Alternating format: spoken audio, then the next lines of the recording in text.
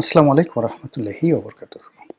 সম্মানিত দর্শক, লন্ডন থেকে জনাব তারেক রহমান সাহেবের বাংলাদেশে ফিরে আসার পর থেকেই মোটামুটি বাংলাদেশের রাজনীতি, অর্থনীতি সবকিছুই তারেক রহমান সাহেবকে কেন্দ্র করে হচ্ছে। অর্থনীতির একটি অংশ বা রাজনীতির একটি অংশ মাঝে মধ্যে তারেক রহমান সাহেবকে বাদ দিয়ে আবার জামাতের দিকে যাওয়ার চেষ্টা করছে বটে, কিন্তু মূল স্রোতটি মূল স্রোতটি এখনো পর্যন্ত তারেক রহমান সাহেবের দিকে আছে। এই ভিডিওটি যেদিন করছি, অর্থাৎ 2026 সালের ফেব্রুয়ারি মাসের 4 তারিখ সন্ধ্যাবেলায়, সেই দিন পর্যন্ত সারা বাংলাদেশ মোটামুটি তারেক জ্বরে আক্রান্ত।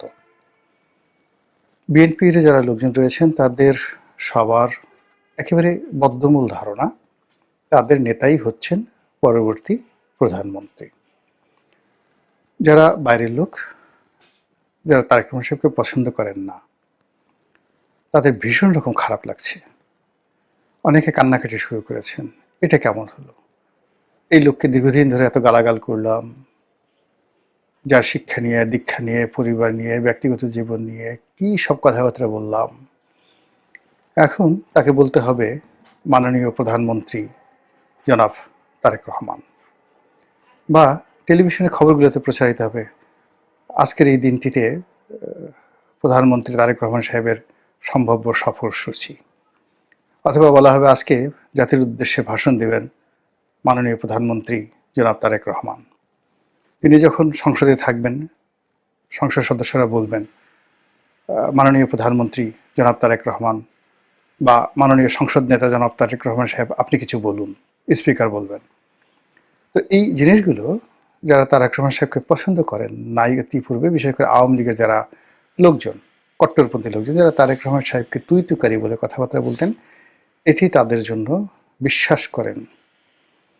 মানে যে কোনো মানুষকে পৃথিবীর সবচেয়ে নিকৃষ্ট একটি খাবার, পচা খাবার তার সামনে দিয়ে যদি বলা হয় না খাবার না, যে কোনো একটি পচা দুর্গন্ধযুক্ত পদার্থ আপনারা অনুমান করে নেন, সেগুলো যদি বলা হয় যে তুমি এটা চামিচ দিয়ে, কাঁঠা চামিচ দিয়ে ধীরে ধীরে ধীরে ধীরে খাবে, এবং প্রথমে কয়েক চামচ খাবে, তারপরে সেটা নাকে মুখে চোখে মাখবে, তারপরে সেটার সঙ্গে প্রয়োজন মনে করলে কিছুটা লবণ, কিছুটা লেবু, কিছুটা পেঁয়াজ মরিচ মাখিয়ে তুমি পেস্ট করে নিতে পারো, এটা তোমার ইচ্ছা। তখন ওই মানুষটার জন্য যে একটা অবস্থা তৈরি হবে, আওয়ামী লীগের লোকজন যারা তারেক রহমান সাহেবকে অপছন্দ করেন, তাদের জন্য এই প্রধানমন্ত্রী তারেক রহমান এই কথাটা শোনার সঙ্গে সঙ্গে ওইরকম একটা অবস্থা তৈরি হয়ে গেছে। গেল এটা। 2 নম্বর হলো যে বর্তমান আওয়ামী লীগের অবর্তমানে রাজনীতিতে যারা বিএনপির প্রতিপক্ষ, তাদের মধ্যে এখন তারেক বিদ্বেষ মারাত্মক আকার ধারণ করেছে। আওয়ামী লীগের চাইতেও তারা এখন তারেক রহমান সাহেবকে বেশি অপছন্দ করেন। প্রধানমন্ত্রী তারেক রহমান এই কথাটা স্মরণ করতেই তাদের মাথায় একটা চক্কর দেয়, চোখ দুটো ঘুরতে থাকে, পেটের মধ্যে গুড়গুড়ানি শুরু হয়ে যায়, বিশ্রী এরকম আওয়াজ শুরু হয়ে যায় পেটের মধ্যে থেকে, পুটপুট ফুটফুট ভুটভুট শুরু হয়ে যায়।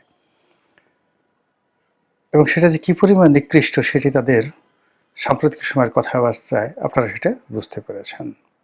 এই গেল অবস্থা। দেশে যারা রাজনীতিবিদদের বাইরে রাজনৈতিক বিশ্লেষক রয়েছেন, জ্ঞানীগুণী পণ্ডিত, মানে এরা সবসময় করে কি, স্রোতের অনুকূলে বা হাওয়ার অনুকূলে তারা পাল তুলে দেয়, নৌকা ছেড়ে দেয়। এখন সারা দেশ জাতি তারেক বন্দনায় লিপ্ত। জ্ঞানীরা কবিতা লিখছেন, গুণীরা সেই বিভিন্ন কর্মকাণ্ড করছেন তারেক ভজনে, কবিরা কবিতা রচনার পাশাপাশি দার্শনিকরা বিভিন্ন দার্শনিক সূত্র তৈরি করে ফেলছেন, কি করিলে কি হয়। সবাই অবাক বিষয়ে তারেক রহমান সাহেবের দিকে তাকিয়ে আছেন, মানুষের চেহারা তো সুন্দর হয় কি করে।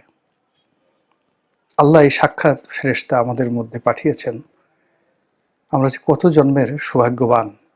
এরকম কবিতা রচনা করে বহু মানুষ তাবিজ বানিয়ে গলায়, মাজায়, কোমরে তারা ওই তাবিজ পরিধান করে ঘুরে বেড়াচ্ছে, যেন বিএনপির যারা লোকজন রয়েছে তারা তাদেরকে সম্মান করে, সমীহ করে।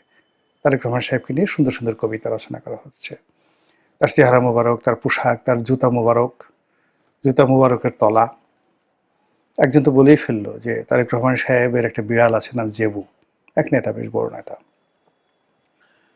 তো তিনি বললেন যে যারা, তারেক রহমান সাহেব তো দূরের কথা, জেবুর সঙ্গে, জেবুর একটা পায়ের যোগ্যতা যাদের নেই, বিড়ালের একটা পায়ের যোগ্যতা যাদের নেই, কত বড় দুঃসাহস তারা তারেক রহমান সাহেবকে সমালোচনা করে। এত বড় সাহস! লোকজন বলতেছে হ্যাঁ হ্যাঁ হ্যাঁ, ঠিক ঠিক ঠিক, এর চেয়ে তার উত্তম প্রশংসা হতে পারে না। তো এই যে তারেক বন্দনা, সেই তারেক বন্দনার যে জোয়ার চলছে, সেখানে শিল্পী, সাহিত্যিক, গায়ক, গায়িকা, নায়িকা কেউ বাদ নেই। কোমর দুলিয়ে দুলিয়ে নাচছে, গলা ঝুলিয়ে ঝুলিয়ে গাইছে, বাবরি চুল দুলিয়ে দুলিয়ে তারা সেই মঞ্চ কাঁপাচ্ছে। এরকম একটা তারেক জ্বর শুরু হয়েছে। তো আমরা যারা সাধারণ মানুষ, কখনোই ক্ষমতার সঙ্গে আসলে আমাদের সুসম্পর্ক হয়নি, আমার অন্তত কোনোদিন হয়নি। আমার সেই শৈশব থেকে বহু মানুষের সঙ্গে সখ্যতা ছিল, কিন্তু যখনই দেখা গেল যে মানুষটি বড় কোনো সরকারি পদ পদবি পেয়েছে, তার পরের দিন থেকে আমি তার থেকে দূরে চলে এসেছি। এটা কেন হয় আমি এটা বলতে পারি না। সব ক্ষেত্রে, মানে এখন ধরুন রাজনীতি করি, রাজনীতির আগে তো বহু বছর ভালো ভালো জায়গাতে ছিলাম, গ্রামে ছিলাম, শহরে ছিলাম, দেশে ছিলাম, বিদেশে ছিলাম, কিন্তু এই ক্ষমতার কাছাকাছি মানুষগুলোর সঙ্গে সম্পর্ক রাখা, সেই সম্পর্ককে ব্যবহার করা, ক্ষমতার পিছনে ছোটার যে লিপ্সা, এটা কেন জানি আমার হয়নি। হয়তো সেই যোগ্যতাই নেই। তো আমরা এই তারেক রহমান সাহেব যখন দুঃসময় ছিল, তখন বলার চেষ্টা করেছিলাম যে তারেক রহমান সাহেব দেশে আসছেন না, আসবেন না, ইত্যাদি ইত্যাদি। তখন বলছিলাম যে না, তিনি আসবেন, এবং তিনি আসলে যমুনার যে কর্তৃত্ব, ডক্টর মোহাম্মদ ইউনূসের কর্তৃত্ব থাকবে না, যমুনার সামনে লোকজন যাবে না, এ কথা বলেছিলাম। আবার তারেক রহমান সাহেব যখন বাংলাদেশে এলেন, সারা বাংলাদেশ যখন তাকে নিয়ে লাফাচ্ছে, তারেক ছাড়ার কোথাও কিছু নাই, ঠিক সেই দিন আমি বললাম যে বাঙালির এই আবেগ ৪৮ ঘন্টা থাকবে না। ৪৮ ঘন্টার পর আপনি দেখবেন তারেক রহমান সাহেবের বাসা বা অফিসের সামনে এই ভিড় নেই। এখন গিয়ে দেখেন সেই ভিড় আছে কিনা। যা হোক, যারা সমালোচনাকারী, বিশ্লেষক, তাদের বক্তব্য হলো তারেক রহমান সাহেব মূলত বাংলাদেশে পা দিয়েছেন প্রধানমন্ত্রী হিসেবেই।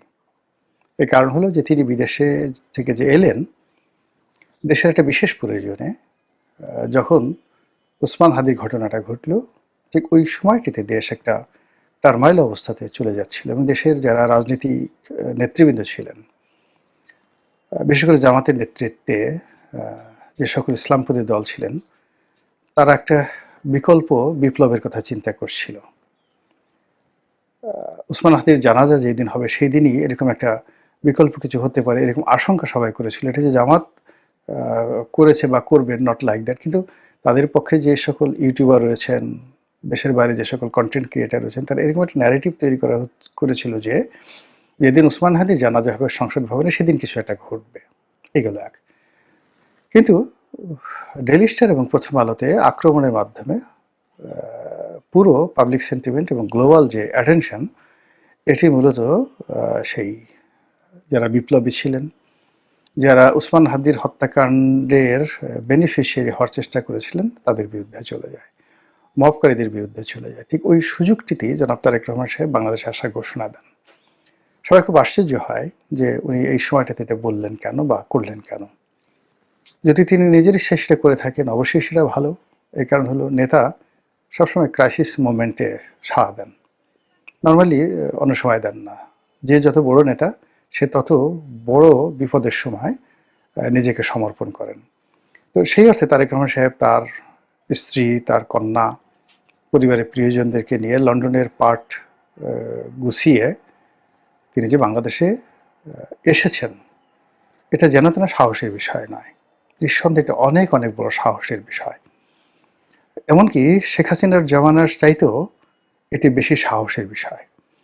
শেখ হাসিনার জামানাতে যে স্ট্রাকচার ছিল, রাষ্ট্রের কারাগার থেকে শুরু করে অনেকগুলো রাষ্ট্রীয় প্রতিষ্ঠান নিরাপদ ছিল। অ্যাটলিস্ট কোর্ট কাছারিতে, মানে বিচারকের এজলাসের মধ্যে ঢুকে কেউ আপনাকে মারধর করতে পারতো না। তো এরকম একটি অবস্থা যখন বাংলাদেশে চলছে, যখন কেউ কোনো জায়গাতেই নিরাপদ নন। অফিসে, আদালতে, বাড়ি, ঘরে, ব্যবসা প্রতিষ্ঠানে কোথাও কেউ নিরাপদ নন। ঠিক সেই সময়টাতে নিজের প্রিয় স্ত্রী এবং কন্যাকে নিয়ে তিনি বাংলাদেশে এসেছেন রাজনীতির জন্য। আমি প্রথমত এটাকে খুব সাধারণ বিষয় মনে করি না, ভীষণ রকম ঝুঁকি। এখন এই ঝুঁকি যে তিনি নিয়েছেন, দুটো বিষয় থাকতে পারে, যে তাকে শতভাগ নিশ্চয়তা দেওয়া হয়েছে দেশ থেকে বিদেশ থেকে সর্বমহল থেকে যারা কর্তৃপক্ষ, যে আপনি আসুন, রাষ্ট্র পরিপূর্ণভাবে আপনার সঙ্গে আছে, এই একটা। আর দ্বিতীয়ত হলো যে সবার সঙ্গে তার একটা জাস্ট শুভেচ্ছা বিনিময়, কথাবার্তা যেটা ফর্মাল হয় সেটা হয়েছে।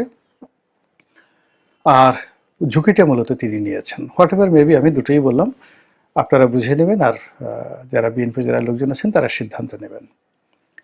দ্বিতীয় যে বিষয়টি, তিনি বাংলাদেশে আসার পরদিন থেকেই, মানে আসছেন সেই দিন থেকেই, মানে যেদিন লোকজন এয়ারপোর্টে গেল, সবাই বলার চেষ্টা করলো যে তিনি দেশের প্রধানমন্ত্রী। প্রথমে বলা হলো ভবিষ্যৎ প্রধানমন্ত্রী, কিন্তু তাকে যেভাবে রাষ্ট্রীয় প্রোটোকল দেওয়া হলো এবং এখন পর্যন্ত দেওয়া হচ্ছে, তাতে তাকে ভবিষ্যৎ প্রধানমন্ত্রী নয়, বর্তমান প্রধানমন্ত্রী হিসেবে ট্রিট করা হচ্ছে। যে কায়দায় তিনি পাসপোর্ট পেলেন, যে কায়দায় ভোটার আইডি পেলেন, যে কায়দায় তিনি সারা বাংলাদেশ ঘুরে বেড়াচ্ছেন এবং তাকে নিয়ে যেভাবে মাতোয়ারা সারা দেশ, তো সেইভাবে অতীতে কোনো প্রধানমন্ত্রীকে নিয়ে এরকমভাবে মাতোয়ারা হতে আমরা দেখিনি। এবং একই সঙ্গে সকল পক্ষ, তার যারা প্রতিপক্ষ তারাও তাকে ভয় পাচ্ছে, তার যারা কাছের লোক তারাও তাকে প্রচণ্ডভাবে সমীহ করছে। এবং শহীদ প্রেসিডেন্ট জিয়াউর রহমান বা বেগম জিয়া, দলের উপর তার একটা কর্তৃত্ব ছিল, কিন্তু তারেক রহমান সাহেব যেভাবে মঞ্চ কাঁপাচ্ছেন, যেভাবে সমস্ত লোক মঞ্চে তিনি কোনো রকম ভনিতা না করে অনাড়ম্বর ভাবে সাধারণ একটা চেয়ারে ইন না করে কেটস পরে যেভাবে দাঁড়াচ্ছেন, কিন্তু ওটার যে তেজ, যেটার যে অমিত বিক্রম, সেই অমিত বিক্রমে বড় বড় বাঘা যারা নেতা রয়েছেন, আমি কারো নাম বলবো না, থর থর থর থর করে কাঁপছেন। সামনে কেউ আসতে সাহস পাচ্ছেন না, সেই সারিতে কেউ আসতে সাহস পাচ্ছেন না, পেছনের সারিতে তারা মানে কাচুমাচু কাচুমাচু করে আসছেন। তিনি যেভাবে নির্দেশ দিয়েছেন, তুমি 2 মিনিট দেবে, আপনি 3 মিনিট দেবেন, আপনি 2.5 মিনিট দেবেন, আপনি বক্তব্য দেবেন না, শেষ, কেউ কোনো কথা বলতে পারবেন না। তো এই অর্থে শেখ হাসিনার যে ক্ষমতা, কোনো ক্ষমতাই ছিল না। নিজের একটা জাস্ট উদাহরণ দেই, মানে গণতন্ত্র যখন ছিল তখন আমাদের ক্ষমতা কেমন ছিল। আমার এলাকাতে সেই একটা বড় জনসভা হলো, মঞ্চে আমি, প্রধানমন্ত্রী শেখ হাসিনা, আসম ফিরোজ, তারপর আমির হোসেন আমু, বাহাউদ্দিন নাসিম সাহেবও সেখানে গেছেন। তো প্রায় 1 লাখ লোক সেখানে উপস্থিত। এখন তখনই আমি আসলে আওয়ামী লীগের মাইনাসের খাতায় মানে যাই যাই করে অবস্থা। অনেক শীর্ষ নেতৃবৃন্দ যারা ছিলেন তারা আমার ব্যাপারে ভীষণ রকম বিরক্ত ছিলেন, যে এই ছেলেটা একটা বেয়াদব, বিশ্ব বেয়াদব। এবং তারা শেখ হাসিনার কান ভারী করতে করতে এমন অবস্থা করে ফেলেছিলেন যে শেষের দিকে হয়তো উনি মনে করতেন যে আসলে আমাকে যে সিলেকশন করাটা তার একটা ভুল হয়েছে। তো যাই হোক, উনি আমার এলাকাতে গেছেন, প্রধানমন্ত্রী গেছেন, অনুষ্ঠানের সমস্ত আয়োজন আমি করেছি। এবং এমন একটা এলাকাতে, যে এলাকাতে দ্বীপ বেষ্টিত একটা এলাকাতে বড় জোর শেখ হাসিনার ওনার বা ওনার নেতৃবৃন্দের আশা ছিল 1000 খানেক লোক ওই সকাল 10টার মধ্যে হাজির হতে পারে। তো সেখানে যখন 1000-এর জায়গায় 1 লাখ লোক হাজির হলো, তো বোঝার চেষ্টা করেন আমি 1 সপ্তাহ ধরে সেখানে সেই অ্যারেঞ্জ করছিলাম। তো যখন এই একটা অনুষ্ঠানে সব মানুষ উপস্থিত, এবং সেখানে মূলত আমার যে অবস্থা ছিল, আমার বক্তব্য শোনার জন্য মানুষ আগ্রহী। তো এমন সময় বাহাউদ্দিন নাসিম সাহেব এসে বললেন যে এমপি সাহেব, প্রধানমন্ত্রী বলেছেন, বা প্রধানমন্ত্রী বক্তব্য দিবে মতিয়া চৌধুরী, মানে মতিয়া আপা দিবে, আর বিএডিসির চেয়ারম্যান সাহেব উনি বক্তব্য দিবেন, আপনার দেওয়ার দরকার নেই। পাশে প্রধানমন্ত্রী বসা। তা আমি গিয়ে বাহাউদ্দিন নাসিম সাহেবকে বললাম, হু আর ইউ, আপনি কে? একটু নড়াচড়া করবেন না, সে একদম আপনার চেয়ারে বসে থাকেন। এখন প্রধানমন্ত্রী হা করে তাকিয়ে আছেন। আসম ফিরোজ আমাকে চেপে ধরেছেন যে বাঘের বাচ্চা, এভাবে বলা উচিত। তো বাহাউদ্দিন নাসিম তো সঙ্গতের কারণেই প্রধানমন্ত্রীর আত্মীয় হন বলে তার একটা ধরেন ঔদত্য থাকে। তো তিনি বলেন যে, জোরে জোরে বললেন প্রধানমন্ত্রীকে শুনিয়ে, আপনি এভাবে কথা বলছেন কেন? এবং বাহাউদ্দিন নাসিম, আমি শুনেছি সত্য কিন্তু জানি না, পরবর্তীতে যখন আসম ফিরোজ চিফ হুইপ হয়েছিলেন, তখন নাকি ফিরোজ সাহেবের গায়ে হাত দিয়েছিলেন পার্লামেন্টে বসে। তা চিন্তা করেন, আমি বলছি যে তার পাওয়ারটা ওই পর্যায়ে ছিল। আমি বললাম যে নাসিম সাহেব, সোজা চেয়ারে গিয়ে বসেন। আপনি যত সহজে আসছেন তত সহজে এখান থেকে আপনি যেতে পারবেন না, হেলিকপ্টারে উঠতে পারবেন না। প্রধানমন্ত্রীর সামনে বলে দিলাম, উঠতেই পারবেন না হেলিকপ্টারে, যান বসে থাকেন। এরপরে বক্তব্য দিলাম, অনুষ্ঠান শেষ হলো, এবং অনুষ্ঠানের শেষ হওয়ার পর তাকাই দেখি যে সবার আগে হেলিকপ্টার উঠে গেছে বাহাউদ্দিন নাসিম। তো ডেমোক্রেসি যেখানে থাকে সেখানে যে কোনো মানুষেরই স্টেক হোল্ডার, তার এই ধরনের ক্ষমতা থাকে। এখন আওয়ামী লীগে আমার পরবর্তীতে হয়নি, কিন্তু যতদিন আমি আওয়ামী লীগে ছিলাম ততদিন ঠিক এই ধরনের ক্ষমতা নিয়েছিলাম। পার্লামেন্টারি কমিটিতে, আপনার কাছে গল্পের মতো মনে হবে, মানে সংসদীয় কমিটির বৈঠকে, তারপর সংসদীয় সভা, প্রধানমন্ত্রীর সভাপতিতে যেটি হয় সংসদীয় সভা, সেখানে, এরপরে পার্লামেন্টে, পার্লামেন্টের লবিতে, প্রত্যেকটা জায়গাতেই গণতন্ত্রের স্পষ্ট সিল সাপ্পর মেরে আসার সুযোগ হয়েছিল। কিন্তু এখন সেটা নয়। এখন যে অবস্থা চলছে সে অবস্থাতে এখানে তারেক ঝড়, তারেক জ্বর, এখানে জনাব তারেক রহমান সাহেবের বিড়াল নিয়ে একটা টু শব্দ করার ক্ষমতাও বিএনপির কোন নেতার আছে আমার কাছে মনে হয় না। তো যেটা বললাম যে তিনি এখন বর্তমান প্রধানমন্ত্রীর মতো করে সারা দেশ চষে বেড়াচ্ছেন, এবং এই যে তিনি যে প্রধানমন্ত্রী, এটাকে প্রচার করার জন্য, শো আপ করার জন্য একটার পর একটা সভা হচ্ছে, সেমিনার হচ্ছে, তারপর ব্যবসায়ীরা আসছে, রাষ্ট্রদূতরা আসছে, টেলিভিশন মিডিয়ারা যাচ্ছে, বিভিন্ন রকম কথাবার্তা, মানে অ্যাজ ইট ইজ প্রধানমন্ত্রী তারেক রহমান সাহেব। আমি এগুলো নিয়ে, মানে এর মধ্যে আবার নিউ ইয়র্ক টাইমসে তার একটা বক্তব্য, নিউ ইয়র্ক টাইমসে না, ইন্টারন্যাশনাল টাইম ম্যাগাজিনে তার একটি সাক্ষাৎকার ছাপা হলো। তো ভালো সাক্ষাৎকার, অনেক ভালো দিকে বলা হয়েছে, তার সঙ্গে সঙ্গে তার যত রকম বদনাম আছে সেই জিনিসগুলো টু দি পয়েন্ট ইন্টারন্যাশনালি বলে দেওয়া হয়েছে।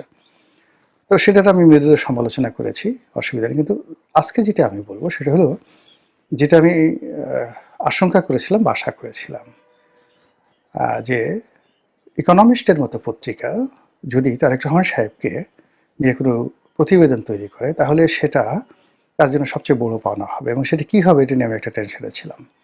তো দেখলাম যে ইকোনমিস্টও তাকে নিয়ে একটি প্রতিবেদন করেছে, এবং সেই প্রতিবেদনে তারা বলেছেন যে প্রধানমন্ত্রী হওয়ার যে দৌড়, সেই দৌড়ে তারেক রহমান সাহেব এগিয়ে আছেন। আমি মনে করি এটি তার জন্য একটা বিরাট ইতিবাচক দিক। New York Times, the guardian বা ওয়াশিংটন পোস্ট, এই পত্রিকাগুলো প্রায় বায়াসড, তারা একটা বিশেষ দলের, গোত্রের, সরকারের, রাষ্ট্রের তারা পারপাস সার্ভ করে। কিন্তু ইকোনমিক্সড একটা ইকোনমিক ফোরকাস্টের সাথে সাথে সত্যিকার অর্থে একটা দেশের রাজনীতিটা কিভাবে, যাকে বলা হয় ডিজাইন হয়, কিভাবে আগায়, এটার একটা নিরপেক্ষ যদি আপনি প্রতিবেদন পেতে চান, তাহলে আপনাকে ইকোনমিস্ট পত্রিকার প্রতিবেদনের উপর নির্ভর করতে হবে। তো সেই পত্রিকায় যখন তাকে প্রধানমন্ত্রী হওয়ার দৌড়ে এগিয়ে আছেন বলা হয়েছে, তাহলে আমরা যে এতকাল তাকে প্রধানমন্ত্রী প্রধানমন্ত্রী বলে যে সকল সার্টিফিকেট দিয়েছি, সেটার একটা আন্তর্জাতিক স্বীকৃতি হয়ে গেল। ইকোনমিস্ট যেহেতু বলেছে, দেখা যাক আগামীর প্রধানমন্ত্রী জনাব তারেক রহমান সাহেব কবে সেই পদে কিভাবে অভিষিক্ত হন। মহান আল্লাহ আমাদের সবাইকে হেদায়েত দান করুন এবং হেফাজত করুন। আসসালামু আলাইকুম ওয়া রাহমাতুল্লাহি ওয়া বারাকাতুহু।